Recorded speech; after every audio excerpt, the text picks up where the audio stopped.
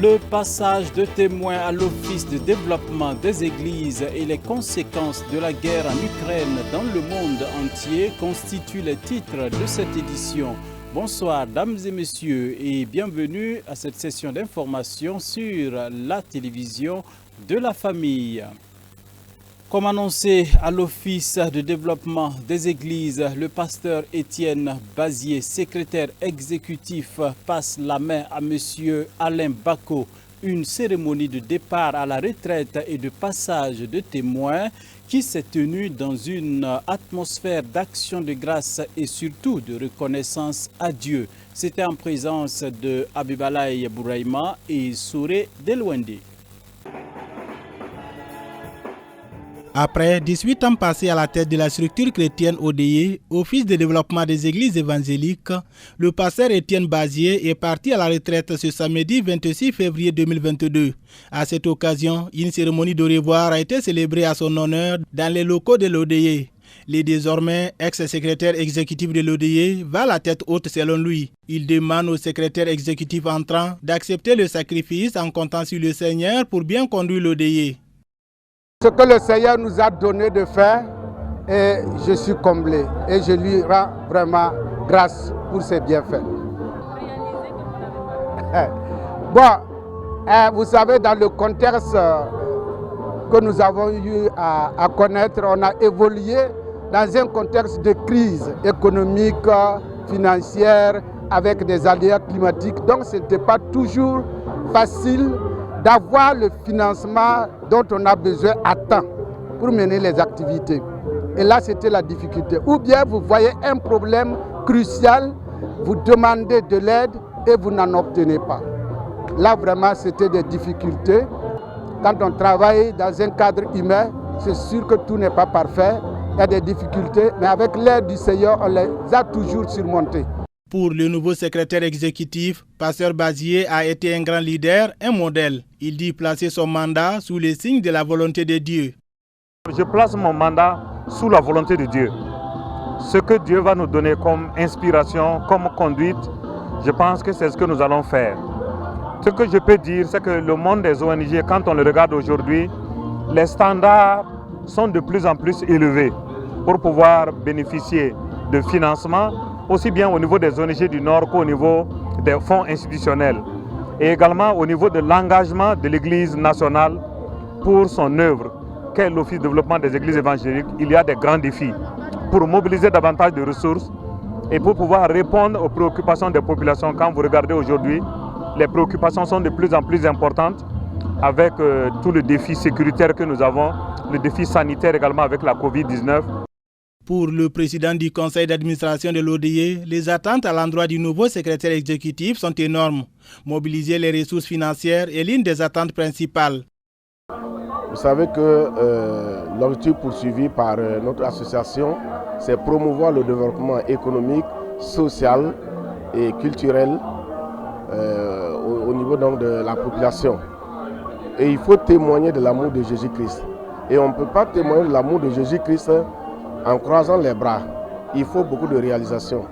Des réalisations pour aider bien sûr donc, la population à s'autosuffire. Par exemple au niveau de l'agriculture ou bien par des financements, voilà, par des micro-projets, à les aider à monter des micro-projets, voilà, etc. Et là, pour faire ces réalisations, il faut obligatoirement mobiliser des ressources. Donc nous attendons de lui beaucoup de réalisations pour soulager la population.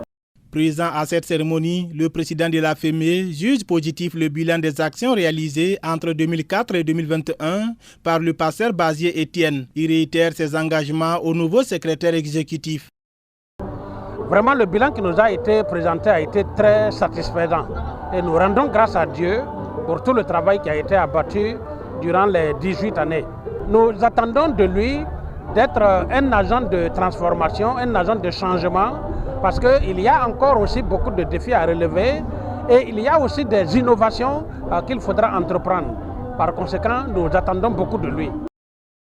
Office de développement des églises évangéliques ODE, créé en 1972, étant les bras sociaux de la FEME, a pu réaliser entre autres des forages, des barrages, des sites maraîchers au profit des populations vulnérables du Burkina Faso. En 2010, l'ODE mettait en place une agence des finances communautaires appelée FINACOM, sous le leadership du secrétaire exécutif sortant. Des années plus tard, c'est un projet dont la réussite est saluée par de nombreux Burkinabés. Un leader s'en va, un autre se positionne avec l'ambition de relever les grands défis. Dimanche dernier, les femmes de l'Église des Assemblées de Dieu du Burkina Faso, avec à leur tête le bureau exécutif national de l'AEC, ont manifesté leur élan de solidarité à l'endroit des malades du centre hospitalier Yalgado Ouedraogo. Cérémonie au cours de laquelle on note la présence du président du Conseil général des Assemblées de Dieu du Burkina Faso pour témoigner bien sûr de la fraternité de l'Église avec les malades. Et bien les détails avec Odette Zouangena et Yannick Kabori. Il est environ 8 heures. Nous marquons notre entrée dans les locaux du centre hospitalier universitaire Yalgado Ouedraogo, capé mis sur l'aumônerie de l'église des Assemblées de Dieu du Burkina Faso. Facilement identifiable de par leur uniforme vestimentaire, nous apercevons une composante de l'association des servantes de Christ, à savoir la chorale nationale s'activant à une activité d'emballage, se prêtant bien volontiers à notre micro. Dame Raïcha Ouedraogo nous explique les tenants et les aboutissants de leur présence en ces lieux. Et ça, c'est du savon. Pourquoi on fait ça? Dieu a dit de faire grâce à ceux qui n'en ont pas. C'est pour cela que nous sommes là, pour faire cela. Et dans la Bible, il a dit que nous devrons aller dans les hôpitaux, vers les macos, pour aller les rendre visite et montrer les bienfaits. Cette initiative remonte aux années 1995. Le bureau exécutif national de l'AEC d'alors a institué une journée dite journée de partage, perpétuée depuis lors. Centre hospitalier, maison d'arrêt et de correction sont d'office les destinations de choix de ces dames qui officient le service social tel que recommandé par les Saintes Écritures. C'est une œuvre de Jésus-Christ. Et nous voulons obéir à ce commandement-là. Nous occuper de l'âme, du corps et de l'esprit. Et à chaque instant, nous voyons que l'Éternel passe par là et il sauve des âmes. Nous voulons que des âmes soient sauvées à travers cette activité. Et c'est pour cela que nous ne voulons pas nous arrêter en si bon chemin. Chaque année, nous demandons au Seigneur de mettre quelque chose sous nos mains et pour que nous puissions continuer de faire cette activité-là. Ainsi, ce 13 mars 2022, le premier grand hôpital du pays de l'après-indépendance, le CHU Yalgado Ouedraogo, est à l'honneur. Aujourd'hui, ils sont en train d'accomplir la parole de Dieu et aussi soutenir ceux qui souffrent, qui sont sur leur lit. Ils ont pensé à eux et cela me va au cœur parce que je sais que si quelqu'un est malade et que quelqu'un vient le rendre visite et lui donner quelque chose, ça fait augmenter sa santé. Donc c'est pour cela que moi aussi je réjouis, comme je travaille auprès des malades là à tout moment, cela me fait plaisir. Et ma prière est que Dieu bénisse l'AEC afin que ce travail puisse être continué à tout moment. Il est 9h35, place à la célébration proprement dite du culte dans la chapelle de l'hôpital. Outre la louange, l'adoration, la communion dominicale a été un temps de partage, de témoignages émouvants. À tour de rôle, ces hommes traduisent leur reconnaissance au Seigneur ainsi qu'à l'aumônier, le pasteur Daniel Ouedraogo, grâce à qui ils sont dorénavant disciples du Seigneur Jésus-Christ. On estime à plus de 10 000 le nombre de personnes converties via ce ministère. C'est ici, dans cette chapelle, que je me suis converti le 8 mai 1994 par suite de maladie. Dieu, en tout cas, a opéré dans ma vie et j'ai recouvré la santé et je lui rends grâce aujourd'hui. Si l'assistance est sans voix à l'écoute d'un pan de l'histoire de la vie de ces hommes, elle est davantage tout émue à la vue du secrétaire général de la Fédération des Églises et Missions évangéliques, le docteur Étienne Zongo, qui est nul autre que le président de l'Église des Assemblées de Dieu du Burkina Faso et dont la présence rehausse l'image de la cérémonie. Cette initiative, j'ai déjà dit que c'est une inspiration de Dieu pour soulager les malades. Et Dieu leur a donné donc non seulement l'initiative, mais le pouvoir de le faire. Et tout ce qu'elles font répond aussi à la vision de l'Église des Assemblées de Dieu. Donc nous osons croire que c'est une bonne initiative. Et nous souhaitons qu'elle puisse continuer de l'avant. Et l'Église, nous allons les accompagner dans cette noble tâche-là, dans tous les domaines. Le docteur Timothée Balbonnet a pour sa part rappelé l'essence même de l'Évangile, en ce sens que le service social demeure et est une priorité évangélique. J'ai voulu donc à travers cette journée de partage, montrer l'aspect holistique du ministère qui touche d'abord l'âme, l'esprit et aussi le corps. Parce que l'homme créé à l'image de Dieu, en tout cas est tripartite et a besoin que tout l'homme soit touché par le ministère de l'Évangile.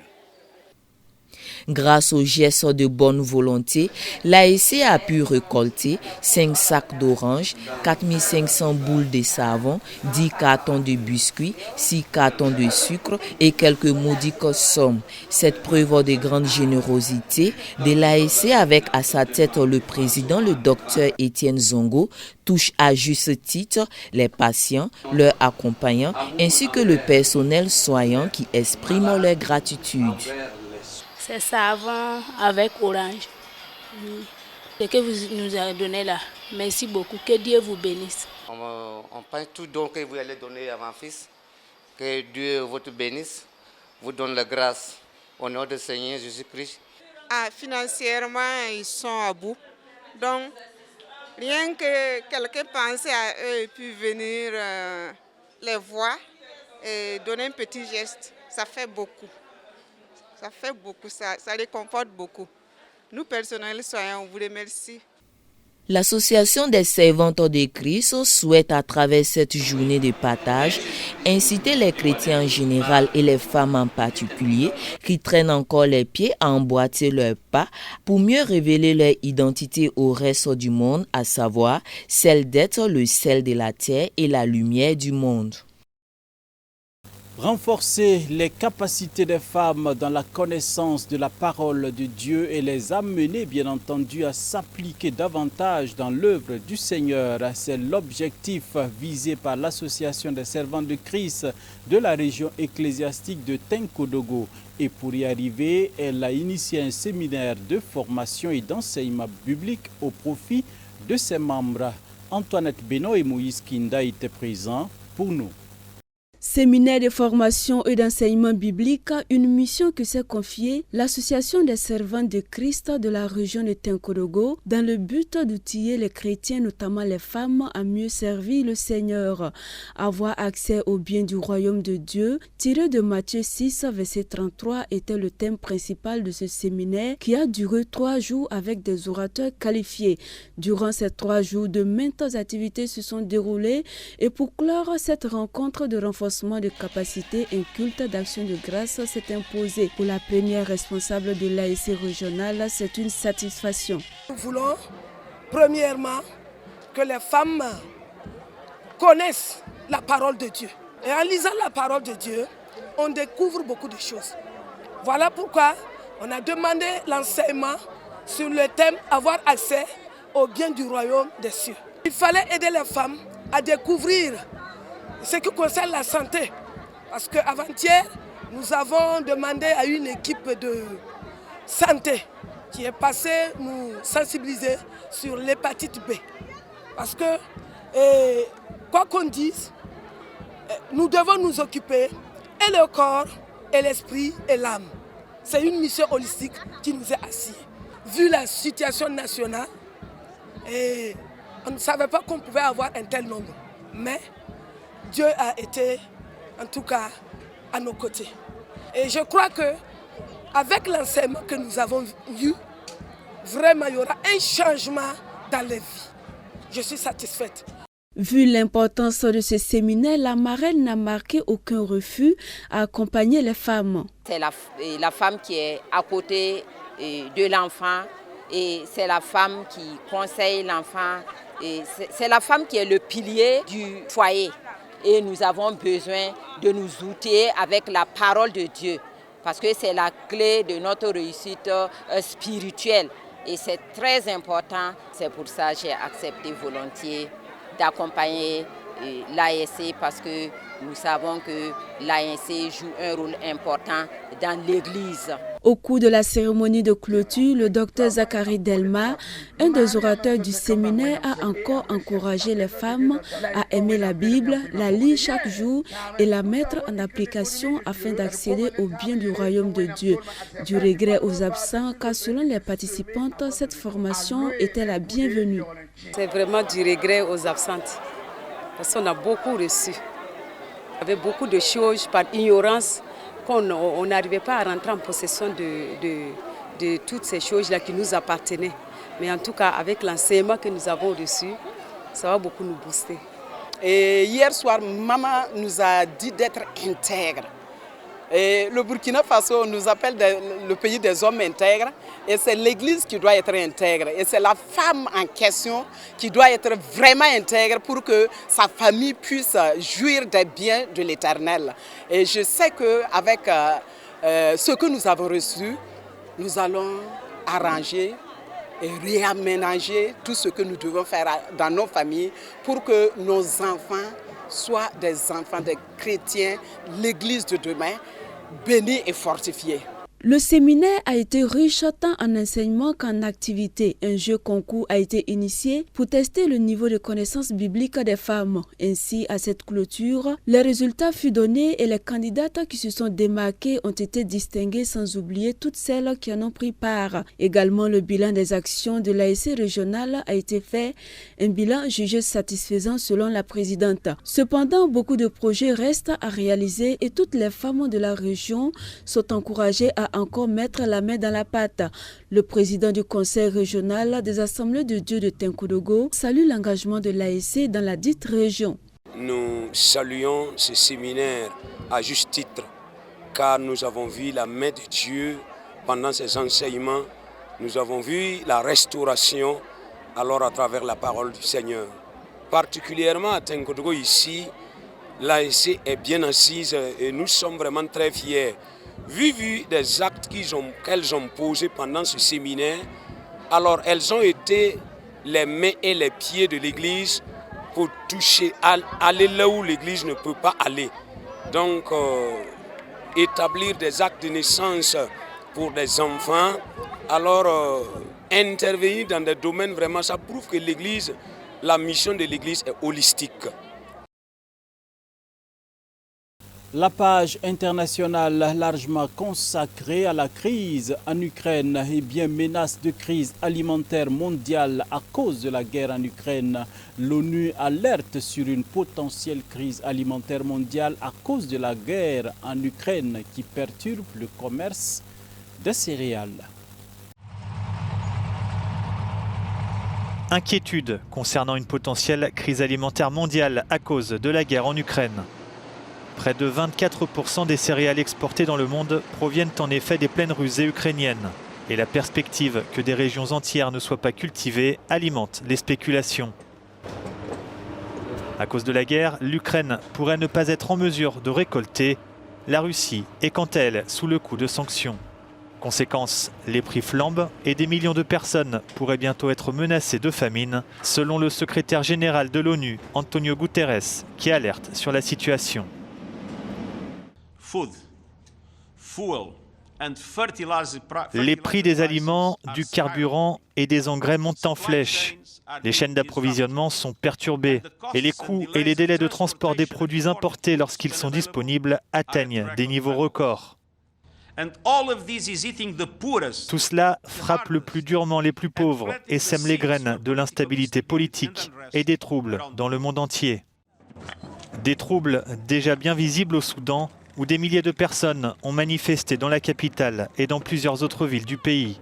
Les protestations concernent notamment la forte hausse du prix du pain, principale denrée alimentaire des Soudanais. Celui-ci a bondi de plus de 40% ces derniers jours. Toujours en Ukraine, les conséquences de cette guerre, des enfants déplacés retrouvent l'école loin de leur maison.